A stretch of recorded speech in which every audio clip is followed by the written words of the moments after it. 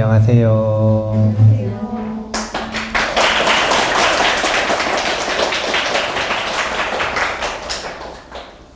오늘은 8월 10일 서울 붓다스쿨에서 금강경 법회 6조 9결을 가지고 지금 공부하고 있습니다. 정신희유분하고 있는데요. 지난 시간에 물었습니다. 제가 물은 게 아니라 금강경이 물어봤잖아요. 올바른 믿음, 청정한 믿음이 나는가? 라고 지금 묻고 있는 겁니다. 그래서 믿음이라고 하는 게 무엇인지에 대해서는 언어를 조금 서로 공유하기 위해서 알려드렸는데 청정하다라고 하는 것에 대해서 아직 충분히 못 알려드린 것 같아요. 그래서 지난 시간에 말했던 것처럼 정신희유분에서 4가지 단어를 집중적으로 공부할 건데 하나가 청정, 믿음, 선근, 그리고 육상입니다. 이제 나머지 셋에 대해서 이번 시간에 공부를 해야 돼요. 90페이지 무엇을 일러 모든 선근을 심는다고 하는가? 아래에서 간단하게 기술하겠다. 모든 선근을 심는다고 한다라고 하는 것을 자세하게 이야기하고 계세요. 뒤에도 계속이에요. 선근을 심는다라고 하는 데 있어서 지금 범주화를 해보면 한번 생각을 해보면 맨 앞에서 뭘 얘기하냐면 모든 부처님 처소에서 한마음으로 공양하고 여기부터 시작이죠. 그러니까 선근을 누구를 대상으로 심는다는 거예요? 모든 부처님 대상으로 심는다는 거죠. 근데 그 다음에 보면 모든 보살 선지식, 스승, 스님, 부모, 나이 많은 이들, 덕이 많은 어른 앞에서 항상 공경함을 수행하고, 그러니까 이번에는 대상이 좀 다양해졌네요. 그런데 또 보면은 뒤에 가잖아요. 그러면 이번에는 모든 악한 중생의 부류를 만났을 때는 어떻게 선근을 심는지가 나오죠. 그래 놓고 이번에는 육도 중생에게는, 그래서 대표적으로 지금 축생을 언급을 하는 거예요. 그래서 올라타거나 때리지도 않고 그 고기를 먹지도 않고 항상 요익하게 하려고 하는 것이 선근을 심는 것이다. 즉 모든 부처님으로부터 범위가 쭉 넓어져서 일체 중생에게로 향하고 있죠.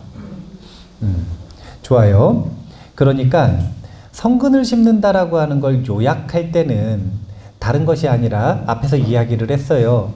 그게 뭐냐면 계율을 지키는 것과 그 다음 복을 닦는 거예요. 범주화된 내용을 먼저 보면 선근을 심는다라고 하는 것은 정신희유분에서는 2가지로 나눈다 라고 이야기할 수 있죠. 하나가 계율, 그리고 2번째가 복, 그러니까 수복, 계율을 닦고 복을 짓는다. 근데 우리 금강경에 물들다 공부해 보신 분들은 아시겠지만 제가 이 복을 닦는다라는 걸 2가지로 해석을 하죠. 전문 수행자와 전문 수행자가 아닌 경우로 나누는데, 전문 수행자가 아닌 경우에는 복을 닦는다라고 하는 건 착한 일 하는 걸 얘기하는 거예요. 네, 착한 일 하는 거. 그 보시가 재물을 베푸는 보시든 아니면은 무의 보시든 아니면 법보시든 관계없이 보시바라미를 통해 복을 닦는 것이 첫 번째요. 2번째는 복을 닦는다 할 때 이 복에 전문 수행자하고 연결되는 단어는 뭐냐면 이제 선정 수행을 하는 걸 지복을 닦는다 이렇게 표현하게 돼요. 지복을 닦는다. 아주 지극한 복이란, 지극한 행복이라는 뜻이에요. 그래서 전문 수행자에게는, 전문 수행자는 사실은 보시할 게 거의 없거든요. 재물이 많이 없어가지고. 그래서 뭘로 보시를 하는 거냐면 법보시를 하는 건데, 그러려면 삼매를 닦아야 돼요. 선정 수행을 해야 돼. 그래서 여기서 지계 수복자라고 하는 것이 제가불자에게 향해 있느냐 아니면은 출가자 전문 수행자에게 향해 있느냐에 따라 순서가 바뀌는 거예요. 어떻게 바뀌냐면 제가불자의 수행일 때는 시, 계, 생천이라고 요약을 하니까 여기서 시라고 하는 것은 복을 닦는 것이고 그리고 계율을 닦는 것으로서 천상의 태어남을 얻는다 이렇게 표현하는 게 원래 제가불자의 수행이고 출가자의 수행을 얘기할 때는 계, 정 이것을 통해 청정한 믿음이 난다 해서 해. 왜냐하면 정신희우분에서 이야기하는 청정한 믿음은 청정이라고 하는 게 반야바라밀을 얘기하는 거거든요. 그래서 반야바라밀에 대한 청정한 믿음, 올바른 믿음이 나는가를 묻는 것이기 때문에 계율과 선정수행을 충분히 닦은 이들은 당연히 청정한 믿음이 난다라고 얘기하는 거예요. 자, 선근이라고 얘기하는 건 한마디로 요약해서 말할 때는 지계수복이라고 한다. 요거 기억해 두셔야 돼요. 지계수복 이렇게 표현한다. 이게 두 가지로 나뉘었을 때는 제가불자에게는 시계생천 이 순서를 말하는 거고 출가자에게는 계정의 사막을 얘기하는데 해를 닦을 준비가 됐느냐 안 됐느냐 이걸 물어보니까 계율과 선정에 대한 선근을 물어보고 있는 것이다. 자, 그러면 이 지점에서 갈림길이 나온 거죠. 그게 뭐였냐면 본인이 제가라 또는 본인이 출가라. 그런데 금강경을 공부하다가 정신이 일어나는지를 물었어요. 그랬을 때 예스라면 노라면 예스라면 어디로 나가야 돼 이제? 청정한 믿음이 났어요. 그러면 이제 어떻게 해야 돼요? 계속 공부하셔야죠.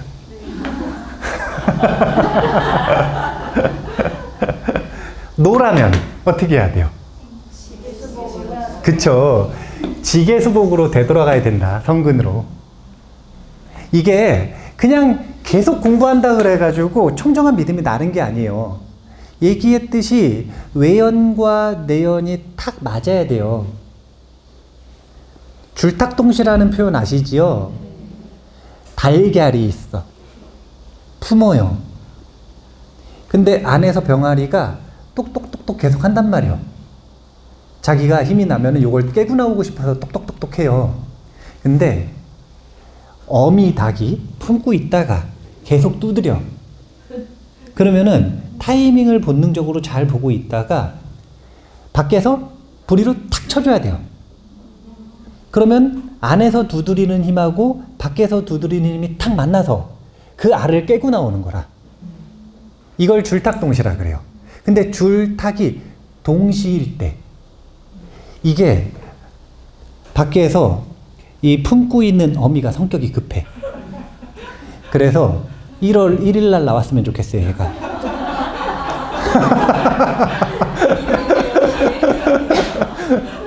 그래가지고 안 두드리는데 탁 밖에서 깨면 어떻게 돼요?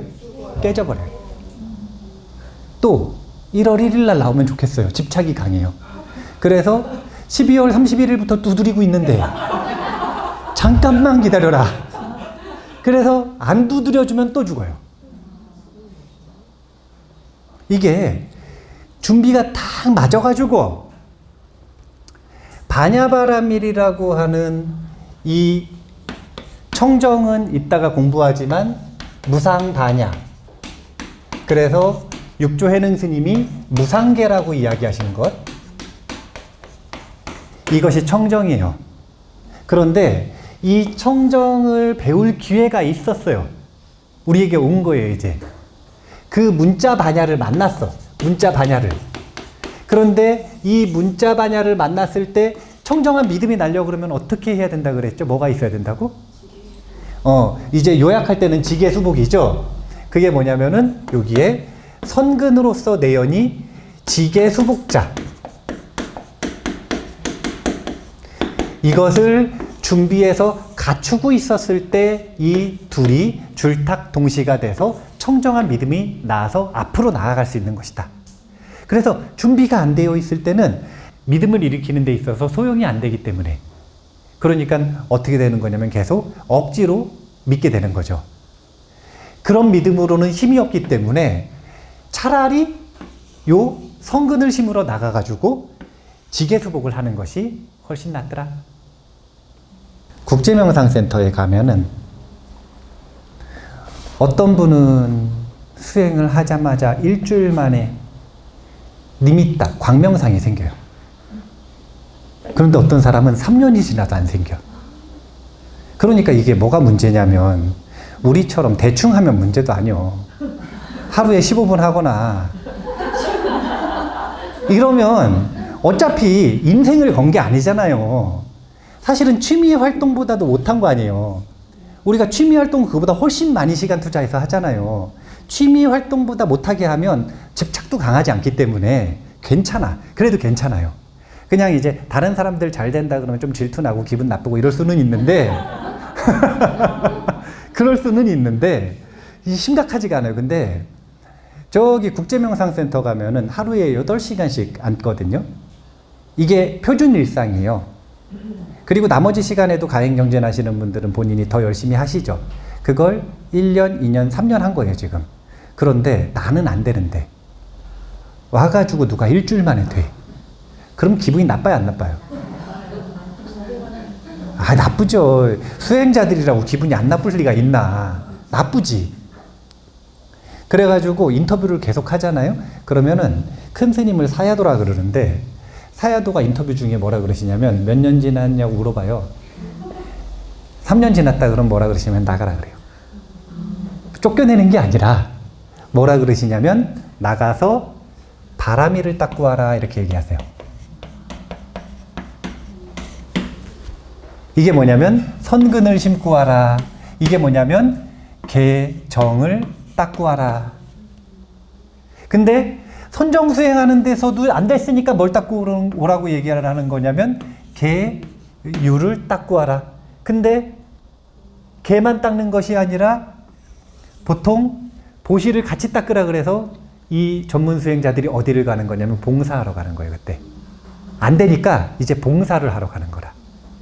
재보시를 할 그건 없으니까 이제 이 어려운 분들 봉사하러 가가지고 봉사활동 하시고 그렇게 열심히 공덕을 닦다가 다시 가시면 어느 순간 줄탁동시가 이루어져서 내연과 외연이 만나서 청정한 믿음이 일어나는 순간이 오는 거예요. 그 다음에 신심에 대한 게 나오는데요. 신심 부분 읽겠습니다.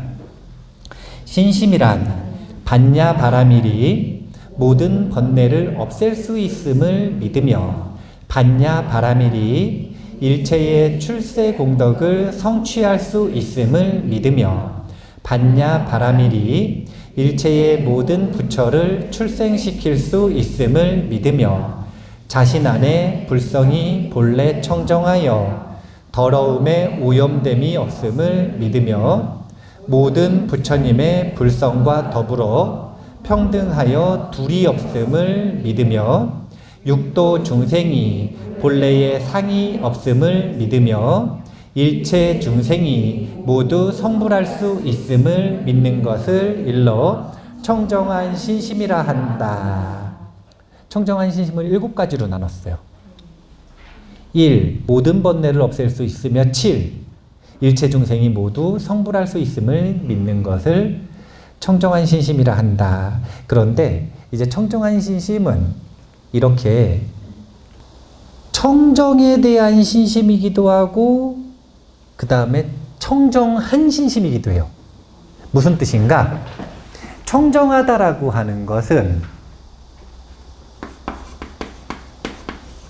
마음 상태 중에 청정한 마음 상태는 일시적이든 아니면 지속적이든 아니면 반영구적이든 관계없이 뭐냐면 무탐, 무진, 무치의 상태를 얘기하는 거예요.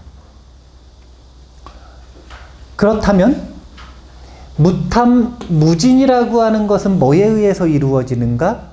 삼매에 의해서 이루어져요. 무치는 쉽지가 않죠. 우치의 뿌리가 끊어지려 그러면 이게 쉬운 게 아니잖아요. 그러니까 삼매에서 이걸 뭘로 대체해서 점검을 하는 거냐면 마음에서 탐욕과 분노가 활동하지 않고 그런데 동시에 뭐가 있냐면 깨어있음이 있으면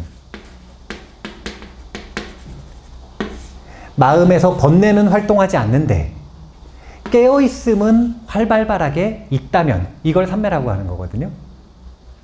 이걸 기준으로 삼매를 인가를 해준단 말이에요. 그런데 이렇게 삼매인 마음, 삼매에 가까운 마음을 청정한 마음이라 그래요. 그러니까 마음을 청정한 상태라고 하는 비유가 아니라 수식어로 표현을 할 때는 무탐, 무진, 무치의 마음 상태에서 일어나는 믿음을 청정한 믿음이라고 하는 거예요. 상태를 놓고 볼 때는. 근데 그게 아니라 청정이 대상일 때는 이 청정은 이번에는 뭐가 되는 거냐면 바냐바라밀이 되는 거예요. 그래서 이 바냐바라밀에 대한 믿음을 7가지로 얘기하고 있는 거예요. 바냐바라밀을 가지고 대상 3가지로 나눠서 이야기를 하는데 요 7가지가 보면 첫 번째는 바냐바라밀이 이렇게 시작을 하죠. 1번, 2번, 3번까지는 그렇게 시작하거든요. 근데 4번은 자신 안에 이렇게 하죠. 그 다음에 모든 부처님의 불성과 더불어 이것도 자성에 대한 거예요. 6번은 자성을 믿었으면 이번엔 육도 중생의 자성을 믿는 거예요. 그러니까 첫 번째는 바냐바라밀에 대한 신심을 얘기했고 두 번째는 자신의 불성에 대한 신심을 얘기했고 세 번째는 나에게도 불성이 있다면 중생에게도 불성이 있다라는 걸 믿는 것. 사실은 이게 대승기신론에서 일으키고자 하는 대승에 대한 믿음의 핵심이에요. 그러니까 이렇게 7가지 신심이 있다, 청정한 신심이 있다, 바냐바라밀에 대한 신심이 있다라는 걸 그냥 간단하게 나열한 것이 아니라 이게 왜 이런지에 대해서 맹목적으로 믿지 않고 이성적으로 믿을 수 있도록 논리 체계를 세워놓고 설명해 주시는 게 대승기신론이라. 나중에 배워봐야 된다 이 얘기하는 거예요. 예.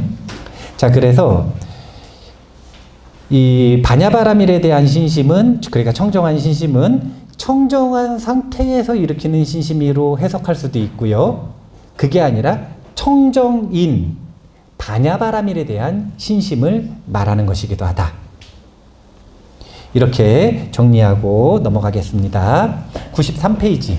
수보리야, 열에는 이 모든 중생이 이와 같은 무량한 복덕을 얻는 것을 다 알고 다 보고 있느니라. 무슨 까닭이냐 하면 이 모든 중생은 아상임상, 중생상, 수자상도 없으며 법상도 없고 또 비법상도 없느니라. 자, 여기에 이 모든 중생이 누구예요?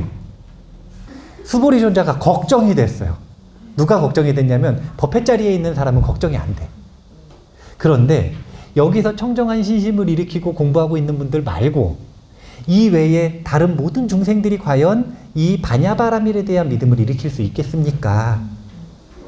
나도 어려운데 이거 되겠나? 이 생각을 하는 거죠. 그래가지고 일체 중생에 대해서 걱정을 하니까 부처님께서 뭐라 그러셨냐면 그런 말씀 하시지 말라.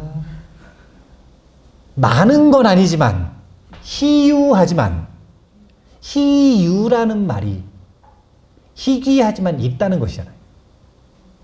없는 건 아니라는 거예요. 수많은 사람들이 지계수복을 안 하는 게 맞아요. 분명한 사실이에요. 그런데 지계수복자가 없는 건 아니라는 거죠. 지계수복자는 내가 남긴 바냐바라밀에 대한 문자바냐가 만나는 순간 그 지계수복의 꽃이 피어서 청정한 지혜의 청정한 믿음이 일어날 것이다. 이렇게 얘기를 했잖아요. 그러면 그 사람에 대해서 뭐라고 얘기하신 거냐면 그 사람은 모든 부처님 처소에서 선근을 심은 사람이라 그랬잖아요. 이 사람 얘기하는 거예요. 이 사람. 이 청정한 선근을 심어서 청정한 믿음을 일으킨 모든 중생이 무량한 복덕을 얻는 것을 다 알고 다 보고 있느니라 라고 부처님께서 지켜보고 계신다라는 걸 얘기해 주시는 거예요. 그러니까 청정한 믿음을 일으키면 그렇게 공덕이 큽니까? 청정한 믿음을 일으키면 정말 해탈할 수 있는 거 맞습니까? 이런 또 의심이 생길 수가 있잖아요. 그러니까 부처님께서 얘기해 주시는 거예요. 내가 보증한다. 내가 보고 있다. 내가 보고 있다. 그래서 열애는 청정한 믿음을 내는 모든 중생을 보고 있고 그들이 무량한 복덕을 얻게 되는 것을 아시는데 이유가 이 모든 중생의 마음에 뭐가 없기 때문이냐면 아상, 임상, 중생상, 수자상, 법상, 비법상이 없기 때문이다. 청정한 믿음이 나는 그 순간에. 이게 육상에 대한 이야기인 거예요. 이제 이 육상이 뭐하고 반대되는 개념이냐면 청정과 반대되는 개념이라. 이 육상의 장애가 해결된 만큼 청정이 드러나는 거예요. 그래서 청정한 믿음을 냈다라고 하는 것은 다른 것이 아니라 육상으로부터 자유로워진 상태라는 거예요. 여기서 왜냐하면이라고 얘기하신 건 청정의 마음을 내서 육상이 없는 상태에서 믿음을 일으켰기 때문에 부처님께서 보실 수 있다. 이 얘기가 아니라 육상이 있는 중생의 마음은 부처님은 못 본다. 이게 아니라 그렇게 생각하면 그런 거잖아요. 그게 아니라 아상인상, 중생상, 수자상, 법상, 비법상이 없기 때문에 청정한 마음이 났다는 거예요. 그러니까 아까 이야기했던 무탐, 무진, 무치라는 걸 금강경에서는 육상이 없는 것을 무탐, 무진, 무치, 청정의 마음으로 표현하고 있는 거예요. 그러니까 육상이 없다라고 하는 것에 대해서 우리가 하나하나 조금 자세히 볼 필요가 있는 겁니다. 마침 6조 9결에서 자세하게 설명을 합니다. 한번 읽어볼게요. 9결 같이 읽을게요. 만약 어떤 사람이 열애께서 멸도하신 뒤에 반야바라밀의 마음을 발하여 반야바라밀을 수행하여 수습하고 깨닫고 이해하여 부처님의 깊은 뜻을 얻은 자라면 모든 부처님이 이를 알지 못함이 없다. 자, 일단 여기까지요. 금강경 공부하시는 분들에게는, 금강경 결집하고 계신 분들에게는 나중 얘기가 아니라 그때 당시의 얘기인 거예요. 그때 당시에 금강경을 가르침을 결집하고 그것을 세상 사람들한테 전달하는데 안 믿는다는 거예요. 그때 당시에 그랬다는 거예요. 지금도 안 믿는데. 지금 정보가 얼마나 평등해졌습니까? 정보의 불평등이 거의 사라진 시대임에도 불구하고 안 믿는데, 그때 당시에는 이게 진짜 이상한 말이었거든요. 보살승 운동에서 하는 말들은 다 이상한 말이라. 그때 당시에 사람들에게는 말도 안 되는 거죠. 무슨 성불을 해요, 중생이. 그때의 상식으로는 말도 안 되는 일인 거예요. 요즘에는 우리 다 같이 막 인사할 때 성불하십시오 막 이러잖아요. 그때 사람들이 보기에는 이건 말도 안 되는 일이에요. 말도 안 되는 일. 어떻게 중생이 성불을 해요? 특히 수기도 안 받았는데. 뭐라 그러냐면 보리심을 일으키면 된대요. 그러니까 여기 지금 보리심 나오잖아요. 열애가 멸도하신 뒤에 반야바라밀의 마음을 일으키는 것, 이게 뭐냐면 원보리심이에요. 반야바라밀을 수행하는 것 행보리심이에요. 그래서 원보리심과 행보리심을 잘 실천하면 부처님의 깊은 뜻을 얻게 되는데 이걸 증보리심이라 그래요. 원보리심, 행보리심, 증보리심, 이게 보리심으로 친다면 삼전이 되는 거예요. 삼전. 삼전 12행상이 사성제에서 삼전을 얘기하기도 하지만 팔정도로도 삼전을 얘기할 수 있고요. 육바라밀, 이 보리심 수행을 가지고도 삼전을 얘기할 수가 있는 거예요. 시작할 때는 원하고 믿는 것에서 시작하는 거고, 끝에는 자신이 얻었다라고 하는 것을 검증하는 것이고, 중간에는 자신이 익숙해지고 능숙해지고 있다라고 하는 것을 보는 거예요. 이 세 바퀴를 돌리는 겁니다. 그래서 어떤 사람이 아주 희유하고 기특하게 반야바라밀에 대한 원보리심을 일으키고 행보리심을 실천해서 증보리심을 얻었다면, 그러니까 지금 육조해능 스님은 범위를 좀 더 좁히셨죠. 이 모든 중생을. 저는 이렇게까지 좁히고 싶지는 않은데 증보리심까지, 그러니까 부처님의 깊은 뜻을 얻은 것까지 가면 너무 좀 좁아져가지고 우담바라보다 좀 적은 것 같은데, 그러면은 안 되니까 저는 그냥 반야바라밀의 마음을 발해서 반야바라밀을 수행하고 수습하고 있으면 그 정도면은 이제 여기 이 모든 중생에 넣고 싶거든요. 예, 저는 그렇게 조금 해석을 하고 싶다. 제 희망사항이에요. 자, 그래서 보리심에 대한 해석으로 봤고요. 94페이지 나머지 부분 읽을게요. 만약 어떤 사람이 상승의 법을 듣고 일심으로 받아지니면 곧 반야바라밀에 무상하고 무착한 행을 수행하여 아상, 임상, 중생상, 수자상의 사상이 없음을 깨닫게 된다. 여기서 상승의 법이라고 하는 게 뭐냐면, 앞에서 사상 대신에 마음을 어떻게 바꿔야 된다고 그랬냐면 사심으로 바꿔야 된다고 그랬죠. 광대심. 마음이 인색하고 좁아지면 동쪽 하늘을 보시라니까. 동쪽 하늘을 보시라니까요. 마음이 넓어야 돼요. 그러니까 이 좁은 집에 갇혀 산다 그래가지고 이 마음까지 같이 좁으면 안 돼요. 마음은 넓게, 광대심. 제1심은 뭐가 제일 가치 있는 것인가를 묻는 게 아니라 내가 중생에게 줄 수 있는 가장 가치 있는 게 무엇인가를 생각하는 거예요. 그리고 그것까지 정말 줄 수 있나? 이걸 스스로에게 묻는 겁니다. 내가 중생들에게 줄 수 있는 가장 가치 있는 게 무엇인가? 나에게 보시할 수 있는 제1이 뭔가? 그래서 나중에 부처님이 이야기하시는 중생을 열반에 이끄는 것을 책임진다라고 하는 제1의 보시까지 할 수 있을 때까지 이 제1심을 갈고 닦는 거고요. 그 다음이 상심과 부전도심인데, 상심은 내가 반야바라밀을 얼마나 능숙하게 지금 쓸 수 있는가. 부전도심은 내 마음속에서 탐진치, 사상이 얼마나 남아있는가. 이걸 잘 전도된 마음을 닦아내고 있는가. 이런 마음들을 점검해서 전도되지 않은 마음을 갈고 닦는 거예요. 네 가지 마음. 사상을 사심으로 갈고 닦는다.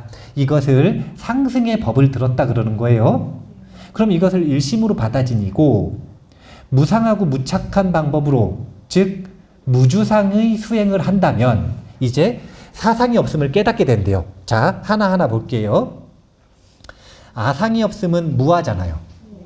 자, 무아란 색수상행식이 없는 것이며, 이걸 알아야 된다는 거예요. 무아를 알았다는 것은 색수상행식, 자신의 몸과 마음의 실체 없음을 알았다는 거예요. 실체 없음을 알았다. 이게 너무 헷갈리시면 내가 몸과 마음의 화합물에 불과하다라는 걸 분명하게 이해했다는 것이에요. 무인이란 사대가 실다운 것이 아니어서 마침내는 지수화풍에 돌아감을 아는 것이며, 그러니까 인간이라고 하는 존재를 사대의 화합으로 봐서 이게 영구히 존재하는 게 아니라 지수화풍이 죽음을 맞이할 때 자연으로 돌아가는 자연물에 불과하다라고 하는 것을 아는 것. 이걸 무인을 알았다라고 표현을 하신 거고, 무중생이란 아주 이게 멋진 거예요. 생멸심이 없는 것이며 이러셨거든요. 기억하시나요? 보살을 뭐라고 정의하죠? 전념이 청정한데 후념이 청정하면 이를 보살이라 한다. 청정이 상속되는 거죠. 청정이 생멸에 빠져 있는 게 아니라 청정이 상속되고 있는 거예요. 그러면 이것은 생멸심으로 작용을 하지 않는 것이죠. 청정심이 작용하고 있는 거죠. 그래서 보살과 중생의 차이를 전념과 후념 딱 요만큼의 프레임을 가지고 정확하게 나누고 계시는 거예요. 딱 두 프레임의 마음, 두 찰나의 마음을 가지고 이 사람이 중생인지 보살인지를 정의하는 겁니다. 이 두 프레임의 마음이 서로 달라요. 청정이 아니었다가 청정이 아닐 수도 있고, 청정이었다가 청정이 아닐 수도 있고, 청정이 아니었다가 청정이었을 수도 있고, 이거는 해당이 안 되네요. 어차피 뒤에부터 다시 해야 되니까. 그렇죠? 네. 청정이 아니었다가 청정이 아니면 명백히 중생. 근데 청정이었다가 청정이 아님으로 바뀌면 조금 지금 가능성이 있는 중생이요. 약간 지금 가능성이 있어. 종종 청정이 일어나는 거잖아요. 그런데 청정이 청정으로 상속됐다면 생멸에서 벗어난 거예요. 아주 묘하지 않아요? 중생을 뭐라고 정의하는지가 앞부분에 본인이 쓰셨던 논리를 그대로 가져와서 지금 쓰고 계시는 거예요. 중생이란 생멸심이고, 그렇기 때문에 생멸심이 없는 존재를 무중생이라 한다. 그럼 무수자는 뭐냐면, 내 몸이 본래 없는데 어찌 수명이 있겠는가? 라고 질문을 하셔서 몸에 실체 없음을 아는 것을 무수자라 한다. 무법상이란 명을 여의고 상을 끊어서 문자에도 구애되지 않는 것을 무법상, 무비법상은 반야바라밀의 법이 없음을 말하는 것이 아니니, 만약 반야바라밀의 법이 없다고 하면 곧 이것은 법을 비방하는 것이다. 그러니까 그때 당시에 이런 오해들이 있었나 봐요. 법상이라고 이야기를 할 때 무법상이라고 하면, 법이라고 하는 건 우리가 생각하고 경험하는 모든 개념들, 경험들을 얘기해요. 법이. 그런데 그 법이 없다라고 하는 것, 고정된 법이 없다라고 말하는 걸 무법상이라고 그러잖아요. 또는 해석할 때 뭐라고 얘기하냐면, 항상 요 법을 존재로 해석하지 않고 진리로 해석하면 항상 적용되는 단 하나의 진리는 없다는 거예요. 그래서 진리는 오히려 적절한 것이라고 자꾸 얘기를 하시는 거예요. 그런데 비법상은 뭐냐면, 이것이 진리다라고 하는 관점이 생기면 나머지는 진리가 아니다라는 관점이 생기죠.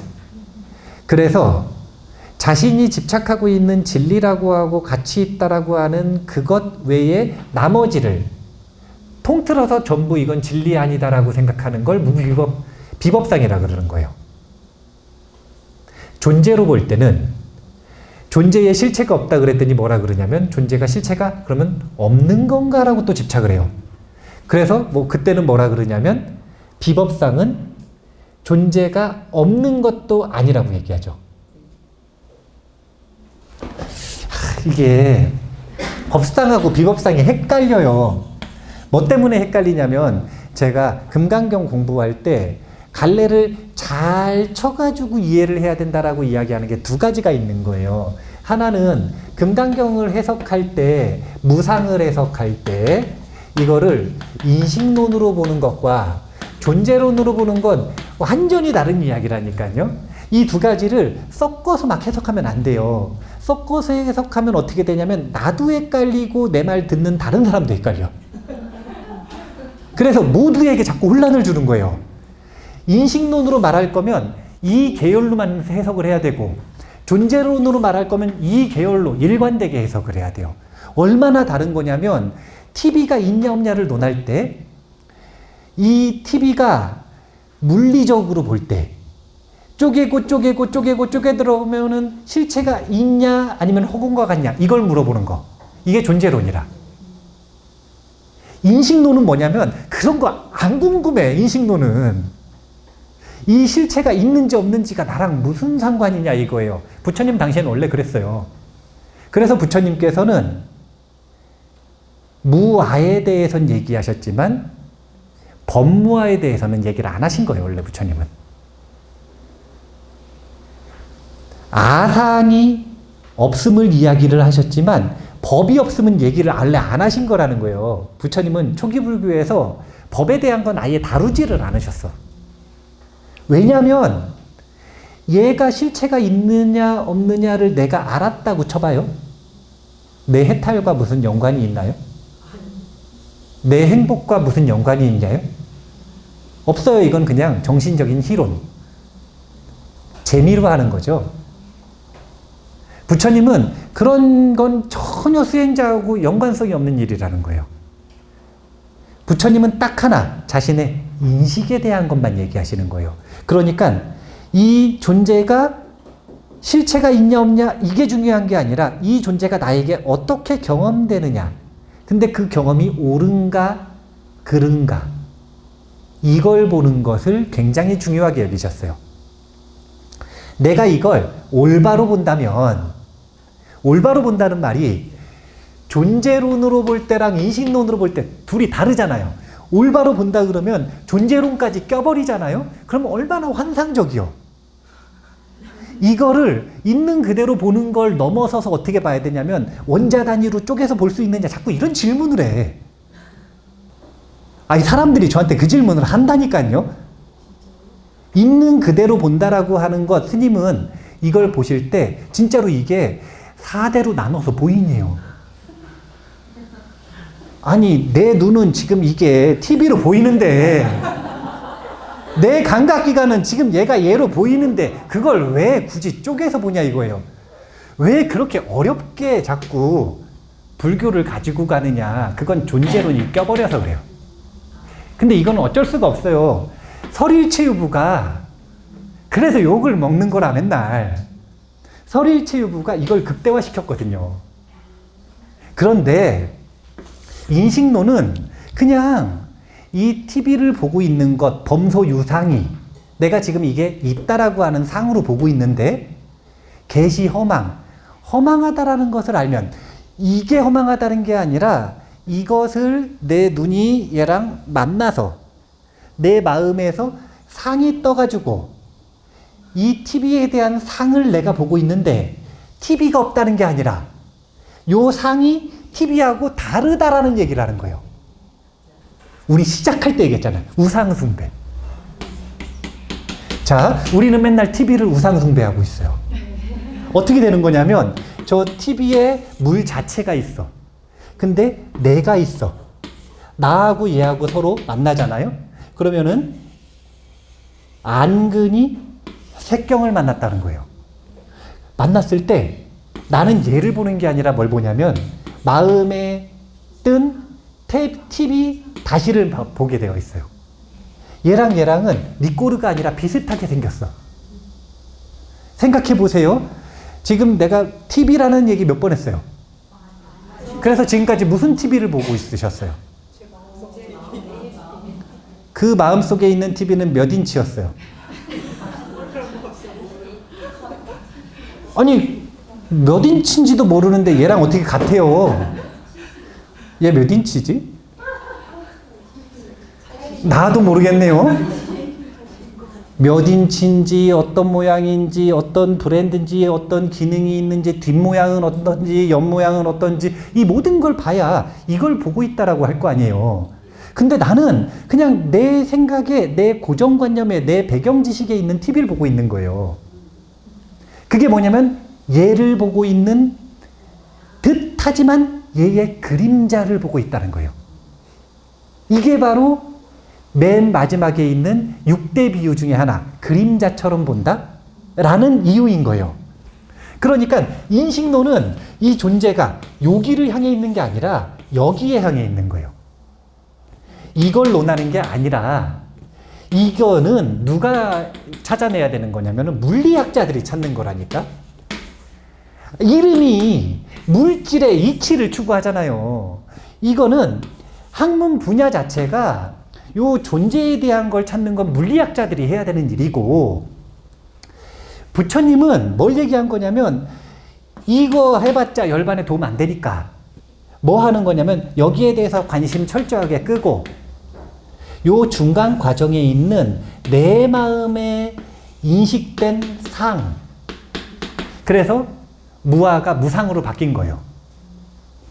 상이라고 하는 단어를 보다 분명하게 표현하기 위해 요 상을 가지고 이게 실상인지 허상인지를 분명하게 봐야 된다. 이걸 논하는 거예요. 그래서 저는 절대적으로 이렇게 해석하는 걸 선호한다라는 거예요. 이걸로 일관되게 해석을 해야 헷갈리지가 않는 거예요. 자기 인식 얘기하다가 갑자기 가가지고 이게 원자가 뭐 어떻고 저쩌고 이게 있는 건데 없는 건데 이런 얘기를 하기 시작하면 막 섞어가지고 잠난해져 버려. 아예 이 얘기 하고 싶으면 물리학으로 보는 금강경이라든지 물리학으로 보는 반야심경이라든지, 그래서 아예 존재론에 대해서 논해버리든지 인식론을 빼버리고. 좀 흥분을 했는데요. 인식론과 존재론을 잘 구분하셔야 되고요. 이거 하려다가 지금 이렇게 된 건데, 법에 대해서 해석을 할 때 이 법이 이제 다르마잖아요. 다르마. 근데 그 다르마 산스크리트 표현할 때 학계에서 앞에 D를 소문자로 쓸 때가 있고 대문자로 쓸 때가 있어요. 그렇게 구분해서 써요. 학계에서. 왜 그러냐면 하나는 부처님의 진리를 얘기하는 거고요. 부처님의 가르침을 얘기하는 거고요. 하나는 존재를 얘기하는 거예요. 이 두 가지는 뜻이 지금 비슷해요, 달라요? 예, 4대 연기설을 잘 이해하시면 나중에 같아지거든요. 그런데 여기서 여기까지의 거리가 4대 연기설만큼 먼 거예요, 지금. 그러니까 당연히 일반적으로 볼 때 완전히 다른 언어잖아요. 그래서 하나는 대문자, 하나는 소문자로 써서 구분을 하는 거라. 자, 그렇다면 금강경을 이야기할 때도 법이냐 비법이냐를 이야기할 때는 이 두 가지 중에 한 가지만 하자는 거예요. 진리를 가지고 얘기할 건지 존재를 가지고 얘기할 건지 뭘로 얘기할 건지. 그러니까 이 둘 중에 하나를 선택하면 해석이 얼마나 쉬워집니까? 법상과 비법상이 있는데 진리로 놓고 보면은 이거는 진리다라고 집착하는 걸 법상, 그건 진리 아니야 이렇게 집착하는 걸 비법상이라 그러는 거예요. 기준이 뭐냐면은요, 내가 생각하는 진리가 법이고 나머지는 다 비법인 거예요. 그럼 이거는 진리를 기준으로 하는 거예요, 나를 기준으로 하는 거예요? 나를 기준으로 하는 거죠. 나를 기준으로 뭘 나누냐면 법상과 비법상을 나누는 거예요. 그래서 제가 궁금한 게 있거나 뭔가 역추적해가지고 찾아 들어갈 때 항상 나를 기준으로 찾아 들어가요? 아니면 부처님 초기의 가르침을 중심으로 찾아 들어가요? 자꾸 부처님 초기에 말씀하신 에센스로 들어가 보자는 거예요. 나중에 복잡해져가지고 우리가 헷갈리는 거니까 부처님 초기에는 뭐라고 얘기하셨는지, 그래서 이게 부처님 가르침이다, 이거는 진리가 아니다, 이렇게 하는 걸 진리를 기준으로 해석을 하는 거고, 존재를 기준으로 해석하는 건 존재론이에요, 그냥. 그래서 요것도 법, 요것도 법, 요것도 법이라. 그런데 이 법이 실체냐 허상이냐를 논하는 게 실체라고 한다면 법상, 이게 허상이라고 한다면 비법상인 거예요. 여기서 말하는 허상은 공을 얘기하는 게 아니라 유무할 때 무를 얘기하는 거예요. 여기 있는데 없다라고 또 우기는 거라. 이게 공하다 그랬더니 허공과 같다 그랬더니 이번엔 없다 그러는 거예요. 그럼 제가 뭐라 그러냐면 통과해봐 그러겠죠, 이제. 없으면 통과해보라고. 그러니까 법상, 비법상은 대부분의 해석을 요걸로 해야 되는 거예요, 요거. 진리. 그래서 육상에서 법상, 비법상을 더할 때는 하나는 진리라고 하는 집착, 진리라고 하는 집착이 있으면 나머지는 다 틀렸다는 집착. 이걸 법상, 비법상이라고 한다. 법상, 비법상이라고 한다. 그래서 이 육상이 마음을 괴롭히지 않고 있는 상태를 청정하다라고 표현하는 거예요. 이 육상이 마음속에 자리 잡고 나를 힘들게 하고 있으면 나만 힘든가? 다른 사람도 힘들게 하고 있으면 그러면 그것이 이 청정하지 못한 상태. 그런데 육상의 실체를 꿰뚫어서 육상이 조용해졌어요. 원래 얘네들은 실체를 들키면 민망해서 조용해지거든요.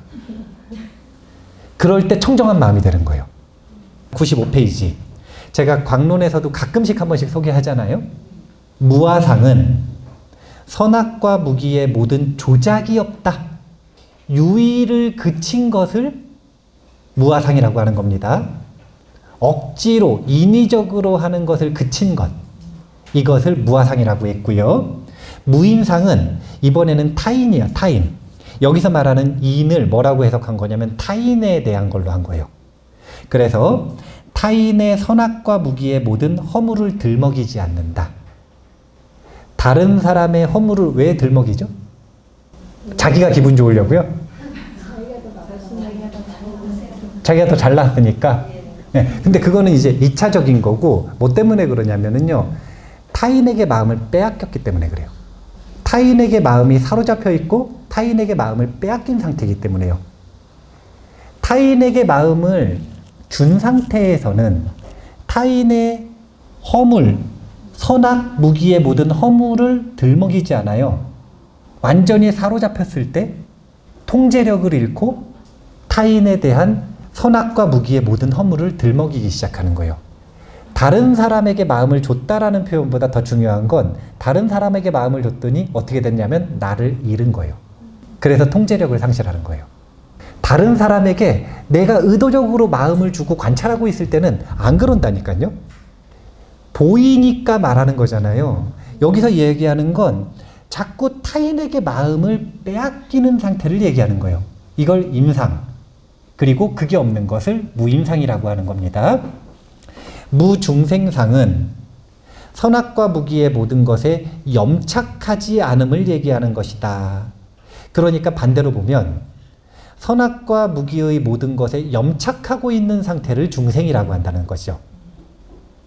이건 선이다, 이것은 악이다. 이 분별에 대해서 집착하고 있는 상태를 중생상이라고 하는 거고, 그게 없어지면 무중생상이라고 하는 거고요.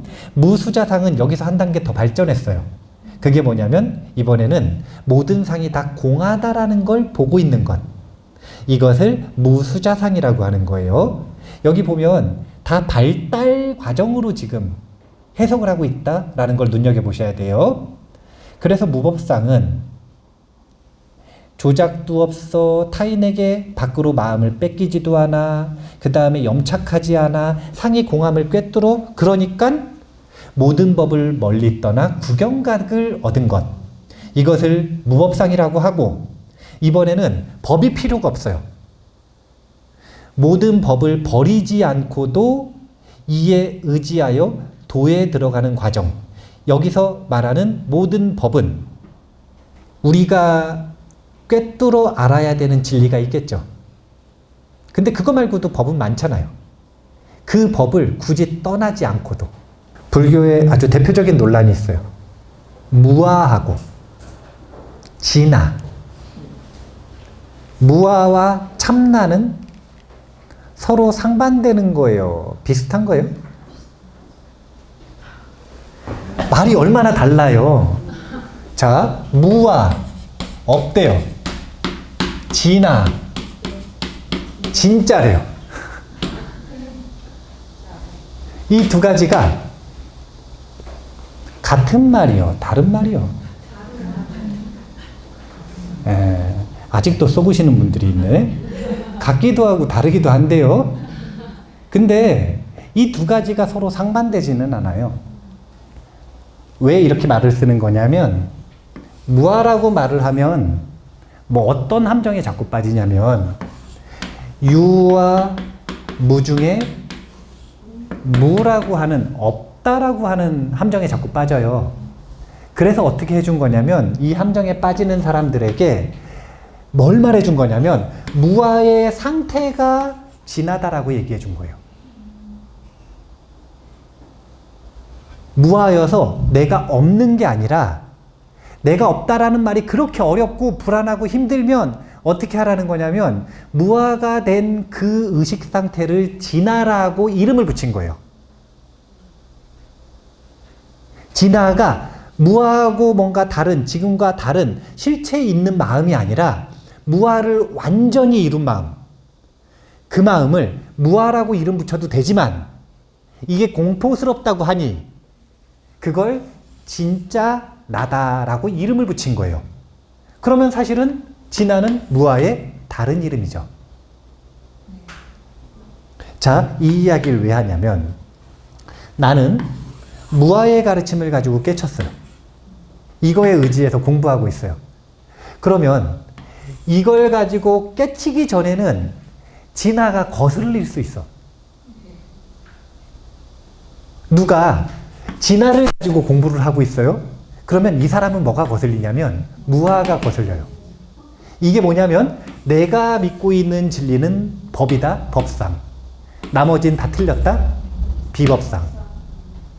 그러니까 법상에서 구경의 진리를 깨치고 나면 그 다음에는 이제 둘 다 알아. 그래서 나는 무아를 통해서 깨쳤지만 진화를 가지고도 진리를 보는 데 있어서 문제가 없어지는 거예요. 여기서 굳이 떠날 필요가 없어요. 이 비법이라고 하는 것에서 떠날 필요가 없어요. 모든 개념들을 바탕으로 진리를 꿰뚫어 볼 수 있는 거죠. 이런 걸 비법상이라고 한다라고 지금 해석을 하신 거예요. 이거는 세트로 해석을 하신 겁니다. 세트.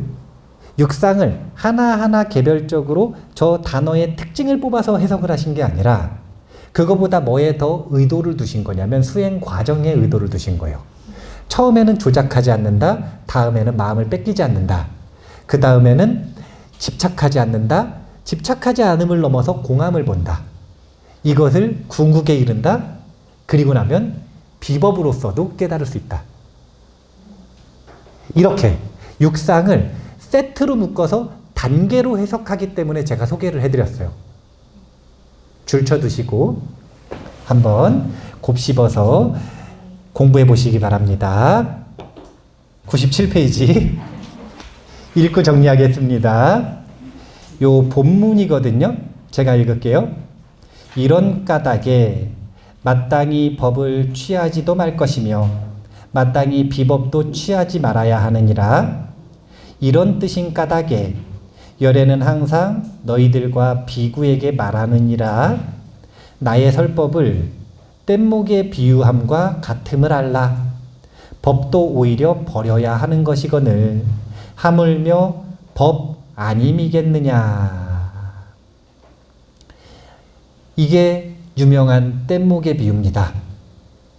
그런데 요즘에는 유명해질 수가 없어요. 뗏목을 안 타거든요. 그래서 이 시대에 부처님께서 오셨으면 자동차의 비유를 하시겠죠. 자동차의 비유. 이 진리는, 부처님의 가르침은 자동차와 같은 거예요. 근데 이 자동차도 또 자가용으로 하면 안 돼. 집착들이 강하셔가지고 자가용으로 하면 안 돼요. 대중교통으로 하겠습니다. 버스의 비유라고 해보겠습니다. 버스의 비유는 자신이 사는 곳에서, 여기가 붓다스쿨이네요. 붓다스쿨을 오기 위해 버스를 탔어요. 그러면 목적지에 도착했을 때 버리고 내려야 돼요? 아니면 집착하고 쫓아가야 돼요?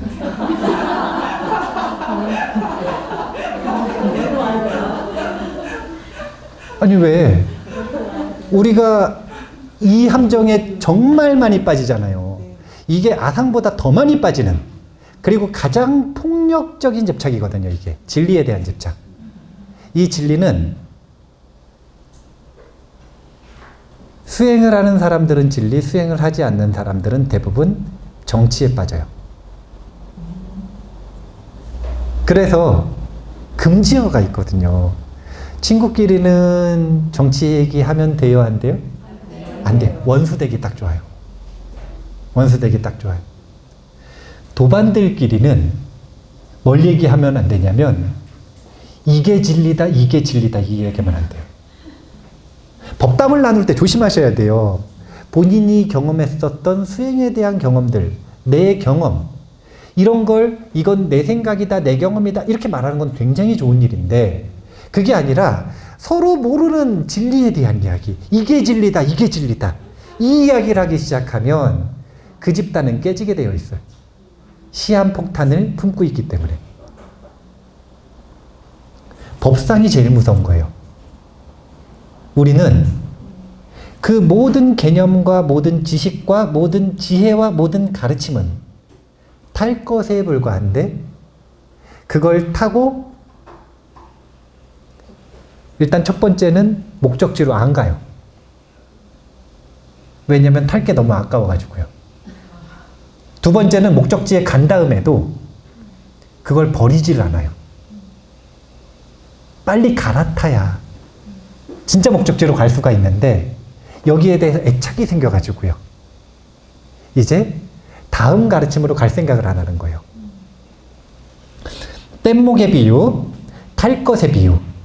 이것으로서 부처님께서는 육상 중에 마지막인 법상, 비법상을 아주 특별히 한 번 더 설명하신 거예요. 왜 그랬을까요?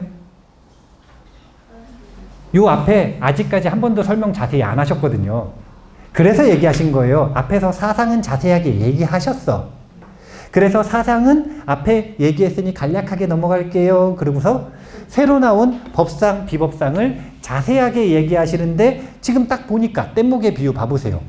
이거 지금 가르침에 대한 거예요? 아니면은 존재에 대한 거예요? 아니 누가 봐도 뗏목의 비유는 가르침에 대한 거잖아요.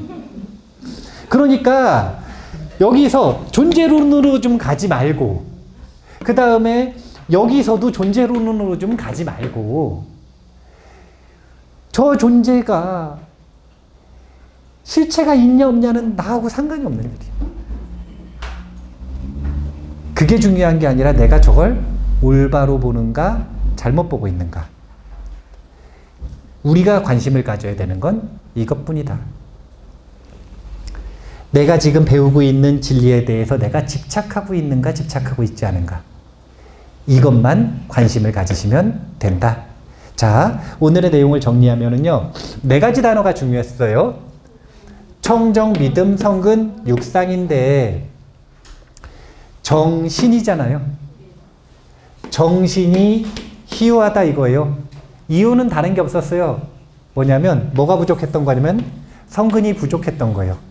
그래서 정신이 일어나면 계속 공부하시고 정신이 일어나지 않으면 그러면 선근으로 되돌아가시든 아니면 선근을 닦는 걸 병행하시든 이걸 강력하게 권장한다.